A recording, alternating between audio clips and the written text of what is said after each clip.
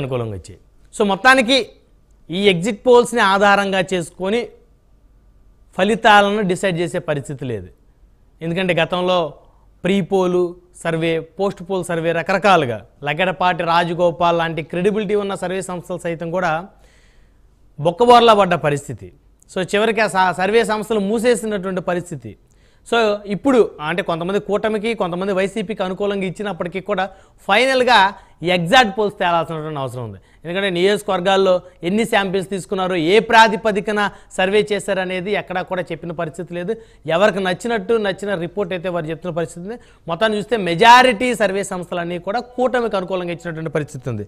So ఫైనల్గా TDP అధినేత కూటమి నేతలను ఉద్దేశిస్తూ నిన్న అందరితోటి కాన్ఫరెన్స్ మాట్లాడిన పరిస్థితి ఉంది. చాలా అప్రమత్తంగా ఉండాలి, మనం అధికారంలోకి రాబోతా ఉన్నాం. మెజారిటీ సర్వే సంస్థలన్నీ కూడా కూటమికి అనుకూలంగా వారి యొక్క ఫలితాలను కూడా వెలువరించిన పరిస్థితి ఉంది. సో కౌంటింగ్ కేంద్రాల దగ్గర చాలా అప్రమత్తంగా ఉండాల్సినటువంటి పరిస్థితి ఉంది. అటు అభ్యర్థులు కానీ, అదేవిధంగా కౌంటింగ్ ఏజెంట్లు కానీ ఎక్కడా కూడా భయాందోళన చెందాల్సినటువంటి అవసరం లేదు. వైఎస్ఆర్ కాంగ్రెస్ పార్టీ దాడులకి ప్రేరేపించేటువంటి పరిస్థితులు స్పష్టంగా కనపడతా ఉన్నాయి. సో అందరూ కూడా చాలా అప్రమత్తంగా ఉండాలంటూ టీడీపీ అధినేత చంద్రబాబు నాయుడు అయితే కార్యకర్తలకి, అదేవిధంగా పార్టీ అభ్యర్థులకి, ఎమ్మెల్యే అభ్యర్థులు, కూటమి ఎమ్మెల్యే అభ్యర్థులకి అయితే దిశానిర్దేశం చేశారు. సో మొత్తానికి కనుక చూస్తే కాన్ఫిడెన్స్ తోటి టీడీపీ అధినేత ఉన్నట్టు తెలుస్తుంది. అదేవిధంగా జనసేన సంబంధించి కూడా వారు కూడా కాన్ఫిడెన్స్గా ఉన్నారు. సో నాదెండ్ల మనోహర్ కూడా నిన్న ఈ మీటింగ్లో జాయిన్ అయినట్టే తెలుస్తుంది. సో మొత్తాన్ని చూస్తే కొన్నితల నాగబాబు పిఠాపురంలో చాలా అప్రమత్తంగా ఉండాలని చెప్పారు. గతంలో భీమవరం గాజువాకలో ఏవైతే మిస్టేకులు జరిగాయో, సో చివరి నిమిషంలో ఏవైతే తారుమారు అవకతవకలు జరిగి జనసేన అధినేత ఓటమికి కారణమైన పరిస్థితి ఏదైతే ఉందో, సో అలాంటి అంశాలను దృష్టిలో పెట్టుకొని చాలా అప్రమత్తంతో ఉండాలని జనసేన అధినేత మెజారిటీ కోసం దేశం మొత్తం ఉత్కంఠంగా ఎదురు చూస్తుందని చెప్పేసి నాగబాబు అయితే మాట్లాడిన పరిస్థితి. సో మొత్తానికి చూస్తే కూటమి నేతలైతే ఫుల్ కాన్ఫిడెన్స్లో ఉన్నట్టు తెలుస్తుంది. మరొక పక్క వైసీపీ సంబంధించి జగన్మోహన్ రెడ్డి రెండోసారి ముఖ్యమంత్రిగా ప్రమాణ స్వీకారం చేసేందుకు వైజాగ్లో కూడా ఏర్పాట్లు కూడా జరుగుతున్నట్టయితే తెలుస్తుంది. మొత్తానికి ఎవరి కాన్ఫిడెన్స్ వారిదే.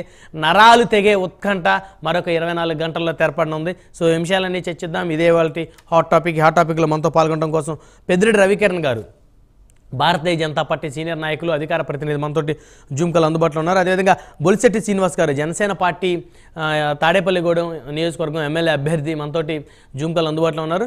అదేవిధంగా దీపక్ రెడ్డి గారు, తెలుగుదేశం పార్టీ సీనియర్ నాయకులు, ఎమ్మెల్సీ మనతోటి జూమ్ కాల్ అందుబాటులో ఉన్నారు. అదేవిధంగా తిరుత్తూరు వేణుగోపాల్ గారు, వైఎస్ఆర్ కాంగ్రెస్ పార్టీ సీనియర్ నాయకులు మనతోటి జూమ్ కాల్ అందుబాటులో ఉన్నారు. రైట్, ముందుగా దీపక్ రెడ్డి గారితో మాట్లాడదాం. దీపక్ రెడ్డి గారు తెలుగుదేశం పార్టీ సీనియర్ నాయకులు, ప్రస్తుతం ఎమ్మెల్సీ. దీపక్ రెడ్డి గారు, good morning sir. Good morning అండి. నేను రిటైర్డ్ అండి, ఇప్పుడు ఎమ్మెల్సీగా లేను, నేషనల్ స్పోక్స్ పర్సన్ అండి. సో మొత్తానికి చంద్రబాబు నాయుడు గారు ఫుల్ కాన్ఫిడెన్స్తో ఉన్నట్టు తెలుస్తుంది. సో కూటమి సంబంధించి మెజారిటీ సర్వే సంస్థలన్నీ కూడా కూటమికి అనుకూలంగా ఫలితాలను వెలువడించాయనేటువంటి అంశాన్ని చంద్రబాబు నాయుడు గారు ధృవీకరించినట్టు తెలుస్తుంది. మొత్తానికి కాన్ఫిడెన్స్తో ఉన్నారా తెలుగుదేశం నేతలు? మరొక 24 గంటల్లో ఫలితాలు కళ్ళ ముందు ప్రత్యక్షం పోతూ ఉన్నాయి. వెరీ గుడ్ మార్నింగ్ అండి అందరికీ.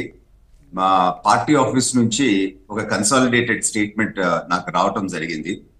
దాదాపు 40 రకాల సర్వేలో వెల్లడించడం జరిగింది. అంటే కొంచెం వాల్యూ ఉండే 40లో 35 కూటమికి క్లియర్ కట్ ఎడ్జ్ ఉంది అని చెప్పి ఆ సర్వే రిపోర్ట్స్ సారాంశం. సో వైసీపీకి ఒక 5 ఇచ్చినారు. సో 35 to 5 మనము దాన్ని బట్టి ఒక అంచనాకి రావచ్చు. ఎవరు ఎంత ఇచ్చినారు అనే డీటెయిల్స్ లోకి నేను వదలుచుకోలేదు, కానీ క్లియర్ కట్ ఒక డైరెక్షన్ అయితే మనకు కనపడతా ఉంది. ఎలక్షన్స్ జరగక ముందే ప్రధానమంత్రి గారు కూడా మీటింగుల్లో చెప్పడం జరిగింది, ఇక్కడ చంద్రబాబు నాయుడు మన కూటమి రాబోతా ఉంది, అక్కడ డబుల్ ఇంజన్ సర్కార్ ఆంధ్ర రాష్ట్రంలో రాబోతా ఉంది అని చెప్పి క్లియర్ గా ఇండికేషన్ కూడా ఇవ్వటం జరిగింది. అంటే వారికున్న సమాచారం ప్రకారం కూడా. సో నాకు తెలిసి ఈ ఎలక్షన్ ప్రాసెస్ ఇప్పుడే కాదు, దాదాపు 2 నెలల ముందే, ఎలక్షన్స్ కన్నా ముందే ప్రజలు ఒక డెసిషన్కి వచ్చేసినారు, ఒక క్లారిటీతో ఉండారు ఆంధ్ర రాష్ట్రంలో అని చెప్పి నేను అనుకుంటున్నాను.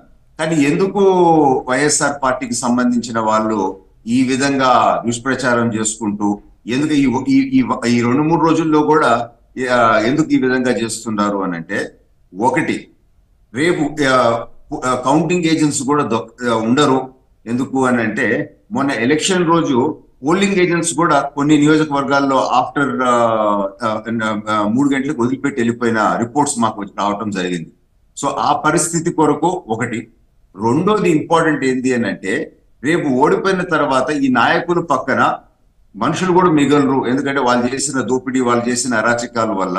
సో దాని కొరకు ఈ కేసులన్నీ అయితే కనీసం ఇంకా నెక్స్ట్ 5 సంవత్సరాలు వీళ్ళు వాళ్ళతో పాటు ఉంటారు, కలిసి కోర్టుకు తిరగొచ్చు అని చెప్పి అదొక అండర్స్టాండింగ్ తో ఈ పోస్ట్ పోల్ వయలెన్స్ కూడా చేయటం అని చెప్పి మేము ఒక ఇనిషియల్ అంచనాకు వచ్చినాం. రెండోది, జగన్మోహన్ రెడ్డి గారు మైండ్ లో ఏమో మేము బిస్కెట్లు వేసేసాము కదా ప్రజలకి, మాకు ఓట్లు పడతాయనే ఉద్దేశంలో చెప్పండి. ఎవరన్నా వచ్చి అది కాదు అని అంటే గొడ్డల పోటు పడుతుందనే భయంతో అందరూ ఆయన దాంతో పాటే అవునవును కరెక్ట్ అని చెప్పి తలకాయ ఊపుతున్నారు అని చెప్పి మా అంచనా ఈ 3 ఆస్పెక్ట్స్ లో ఉంది. ఎందుకంటే ఇంత క్లారిటీతో ప్రజలు డెసిషన్ ఇచ్చిన తర్వాత కూడా ఈ విధంగా దుష్ప్రచారం చేసి ఈ 2-3 రోజుల్లో కూడా ఆనందం పొందుతున్నారు అని అంటే సునకానందము, సరే అది వాళ్ళకి వదిలేస్తాము, దాంతో నేను ఇంకా పెద్ద పోదలుచుకోలేదు. క్లియర్ కట్ మ్యాండేట్ ఆంధ్ర రాష్ట్రంలో ఉంది. ఎందుకు అనంటే గత 5 సంవత్సరాలుగా ఏ విధంగా ప్రజలు ఇబ్బందులు పడినారు, ఏ విధంగా ₹1 వాళ్ళు ఇస్తే 10 రూపాయలు దాదాపు వాళ్ళ దగ్గర నుంచి లాక్కున్నారు. అనేక వర్గాలు, మీరు డీటెయిల్స్ లోకి పోవాలంటే నా ఇంట్రడక్షనే కనీసం ఒక 10 నిమిషాలు ఇంకా పడుతుందండి, అందుకని నేను పోటులు లేదు. అట్లా అనేక వర్గాలు వాళ్ళు ఇబ్బంది పడినారు. గత ఎలక్షన్ లో కూడా మీరు చూస్తే జనసేన అండ్ టీడీపీ మీరు పోర్షన్ కలుపుకుంటే ఇన్ కేస్ ఓట్స్ దాదాపు 32 స్థానాలు డైరెక్ట్ గా మాకు ఎక్స్ట్రానే వచ్చిండేది. సో ఎంఎఫ్ఎస్సి మీరు చూస్తే ఆడే మేము ఒక 60 దాకా ఉండేము. సో వీళ్ళు చేసిన అనేక తప్పులు, అనేక మందిని ఇబ్బంది పెట్టిన విధంగా అండ్ అనేక విధంగా మా పార్టీ అధినేత అయితే ఉంది, జనసేన అధినేత అయితే ఉంది, బీజేపీ వాళ్ళు గట్టిగా ఫైట్ చేయబట్టి ప్రజల్లో కూడా ఒక ఆలోచన వచ్చింది.